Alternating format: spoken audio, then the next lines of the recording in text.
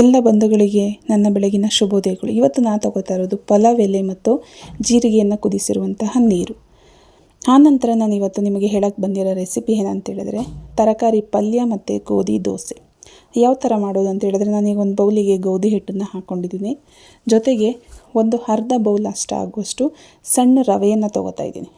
ಸಣ್ಣ ರವೆಯನ್ನು ಹಾಕೋದ್ರಿಂದ ಸ್ವಲ್ಪ ನೀಟಾಗಿ ಬರುತ್ತೆ. ಆ್ಯಂಡ್ ದೆನ್ ಯಾವ ಶೇಪಿಗೆ ಬೇಕಾದರೂ ಅದನ್ನು ತೊಗೋಬೋದು. ಗೋಧಿ ಹಿಟ್ಟು ಮತ್ತು ರವೆಯನ್ನು ಮಿಕ್ಸ್ ಮಾಡ್ಕೊತಿದ್ದೀನಿ. ಈಗ ನಾನು ಅದಕ್ಕೆ ರುಚಿಗೆ ತಕ್ಕಷ್ಟು ಉಪ್ಪನ್ನು ಆ್ಯಡ್ ಮಾಡ್ಕೊತಿದ್ದೀನಿ.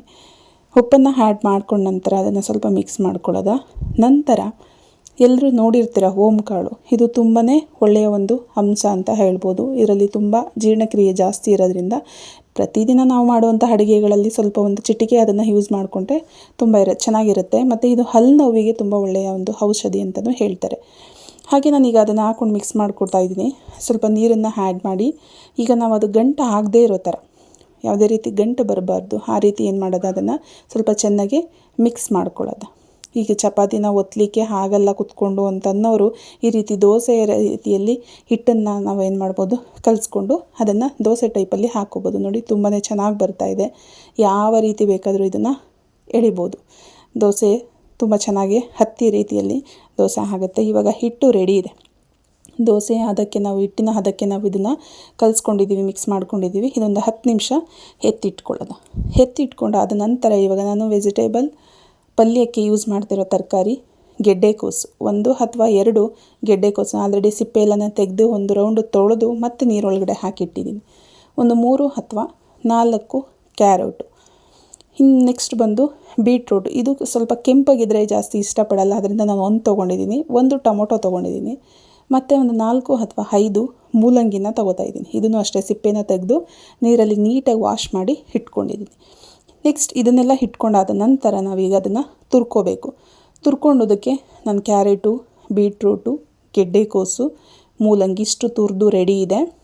ನೆಕ್ಸ್ಟ್ ಇದ್ರ ಜೊತೆಗೆ ನಾನು 1 ಟೊಮೊಟೊ ಹಚ್ಕೊಂಡಿದ್ನಲ್ಲ, ಅದು, ಈರುಳ್ಳಿ, ಹಸಿಮೆಣಸಿನ್ಕಾಯಿ, ಸ್ವಲ್ಪ ಕಾಯಿ ತುರಿ, ಟೊಮೊಟೊ ಇದೆ, ಕರಿಬೇವಿನ ಸೊಪ್ಪು ಇಷ್ಟು ರೆಡಿ ಇಟ್ಕೊಂಡಿದ್ದೀನಿ.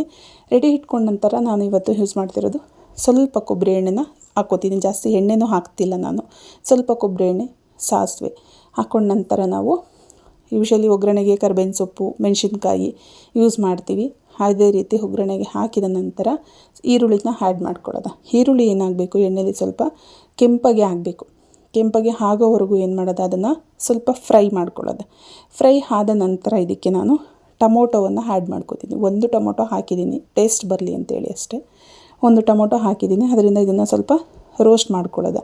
ನೀಟಾಗಿ ಅದು ಈರುಳ್ಳಿ ಮತ್ತು ಟೊಮೊಟೊ ಎಲ್ಲ ಮಿಕ್ಸ್ ಆಗಿ ನೀಟಾಗಿ ಎಣ್ಣೆಯಲ್ಲಿ ರೋಸ್ಟ್ ಆದ ನಂತರ ನಾವು ಇದಕ್ಕೆ ತುರಿದಿಟ್ಕೊಂಡಿರುವಂತಹ ವೆಜಿಟೇಬಲ್ಸ್ ಏನಿದೆ ಅಷ್ಟನ್ನು ನಾವು ಇದಕ್ಕೆ ಆ್ಯಡ್ ಮಾಡ್ತಾ ಹೋಗ್ಬೋದು. ಒಂದೊಂದು ಬೇರೆ ಬೇರೆ ರೀತಿಯಲ್ಲೂ ಹಾಕ್ಕೋಬೋದು, ಇಲ್ಲ ಒಟ್ಟಿಗೆ ಹಾಕ್ತೀವಿ ಅಂದರೂ ತೊಂದರೆ ಇಲ್ಲ. ಇದಕ್ಕೆ ನಾನು 4 ತರಕಾರಿ ಮಾತ್ರ ಯೂಸ್ ಮಾಡಿದ್ದೀನಿ. ಇತ್ತು ಅಂದರೆ ನೀವು ಆಲೂಗೆಡ್ಡೆ ಹಾಕ್ಬೋದು, ಮತ್ತು ಕಾಲಿಫ್ಲವರ್ ಬರುತ್ತಲ್ಲ ಅದನ್ನು ಹಾಕ್ಕೋಬೋದು, ಎಲೆಕೋಸು ಅದನ್ನು ಸುದಾ ಆ್ಯಡ್ ಮಾಡ್ಬೋದು. ನಾನಿವಾಗ 4 ಥರ ತರಕಾರಿ ಮಾತ್ರ ಇದಕ್ಕೆ ಯೂಸ್ ಮಾಡಿದ್ದೀನಿ. ಹಾಕಿ ಅದನ್ನು ಏನು ಮಾಡೋದು, ಸ್ವಲ್ಪ ಮಿಕ್ಸ್ ಮಾಡ್ಕೋಬೇಕು. ಇವಾಗ ಈರುಳ್ಳಿ, ಟೊಮೊಟೊ ಏನು ಆ್ಯಡ್ ಮಾಡಿದ್ದೀವಿ ಅದ್ರ ಜೊತೆಗೆ ಇದನ್ನು ಸುದಾ ನೀಟಾಗಿ ಮಿಕ್ಸ್ ಮಾಡ್ಕೊಳ್ಳೋದು. ಮಕ್ಕಳುಗಳು ವೆಜಿಟೇಬಲ್ ತಿನ್ನಲ್ಲ ಅಂತ ಎಲ್ಲ ಪೋಷಕರಿಗೂ ಅದೊಂದು ತೊಂದರೆ, ತರಕಾರಿಗಳು ತಿನ್ನಲ್ಲ ನನ್ನ ಮಗ, ನನ್ನ ಮಗಳು ಅಂತೇಳಿ.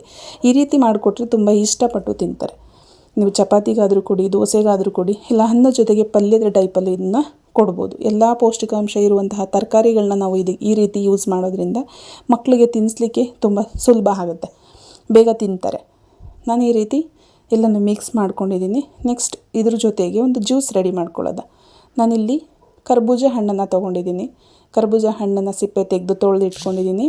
ಮತ್ತು ಇದಕ್ಕೆ ನಾನು ಸ್ವಲ್ಪ ಬೆಲ್ಲ ಆ್ಯಡ್ ಮಾಡ್ತೀನಿ. ಬೆಲ್ಲ ಬೇಡ ಅಂದರೆ ಕಲ್ಸಕ್ಕರೆ ಆ್ಯಡ್ ಮಾಡ್ಕೊಳ್ಳಿ. ಬಾದಾಮಿ, ಗೋಡಂಬಿ, ದ್ರಾಕ್ಷಿ ಇದನ್ನು ಸಣ್ಣದಾಗಿ ಹಚ್ಕೊಂಡು ನಾನು ಜಾರಿಗೆ ಹಾಕ್ಕೋತಾ ಇದ್ದೀನಿ. ಜಾರಿಗೆ ಹಾಕ್ಕೊಂಡ ನಂತರ ಇದನ್ನು ಸ್ವಲ್ಪ ಗ್ರೈಂಡ್ ಮಾಡ್ಕೊಳ್ಳೋದು. ನೀಟಾಗಿ ಮಿಕ್ಸ್ ಆಗೋ ರೀತಿಯಲ್ಲಿ ಸ್ವಲ್ಪ ಸಾಲ್ಟ್ ಹಾಕೋದ್ರಿಂದ ಟೇಸ್ಟು ಅಲ್ಟಿಮೇಟಾಗಿ ನೀಟಾಗಿ ಬರುತ್ತೆ, ಚೆನ್ನಾಗಿರುತ್ತೆ ಕುಡಿಯೋದಕ್ಕೆ. ನಾನೀಗ ಸಾಲ್ಟು ಹಾಕ್ಕೊಂಡು ರುಬ್ಬಿ ರೆಡಿ ಇದೆ. ಜ್ಯೂಸ್ ರೆಡಿ ಆಗಿದೆ. ಇದನ್ನು ಬೆಳಗಿನ ಬ್ರೇಕ್ಫಾಸ್ಟು ಜೊತೆಗೆ ತೊಗೋತಿರೋದು. ನೋಡಿದ್ರೆ ಇವಾಗ ಪಲ್ಯನೂ ರೆಡಿ ಆಗಿಬಿಟ್ಟಿದೆ. ಎಷ್ಟು ನೀಟಾಗಿ ಕಾಣಿಸ್ತಿದೆ ನೋಡಿ, ಜಾಸ್ತಿ ರೆಡ್ಡು ಬರ್ತಿಲ್ಲ.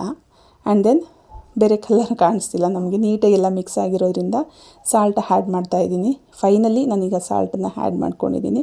ಸಾಲ್ಟನ್ನು ಆ್ಯಡ್ ಮಾಡಿದ ನಂತರ ಒಂದು 5 ನಿಮಿಷ ಬಿಡೋದು ಅಷ್ಟೇ. ಒಂದು 2 ನಿಮಿಷ ಅಥವಾ 5 ನಿಮಿಷ ಬಿಡ್ಬೋದು. ನೀಟಾಗಿ ಆಗಿದೆ. ಇವಾಗ ನಾನು ಲಾಸ್ಟಾಗಿ ಕೊತ್ತಂಬರಿ ಸೊಪ್ಪು ಮತ್ತು ಸ್ವಲ್ಪ ಕಾಯಿ ತುರಿ ಬೇಡ ಅನ್ನೋರು ಸ್ಕಿಪ್ ಮಾಡ್ಬೋದು, ತೊಂದರೆ ಇಲ್ಲ. ನಾನಿವಾಗ ಸ್ವಲ್ಪ ಕಾಯಿ ತುರಿನ ಆ್ಯಡ್ ಮಾಡಿದ್ದೀನಿ.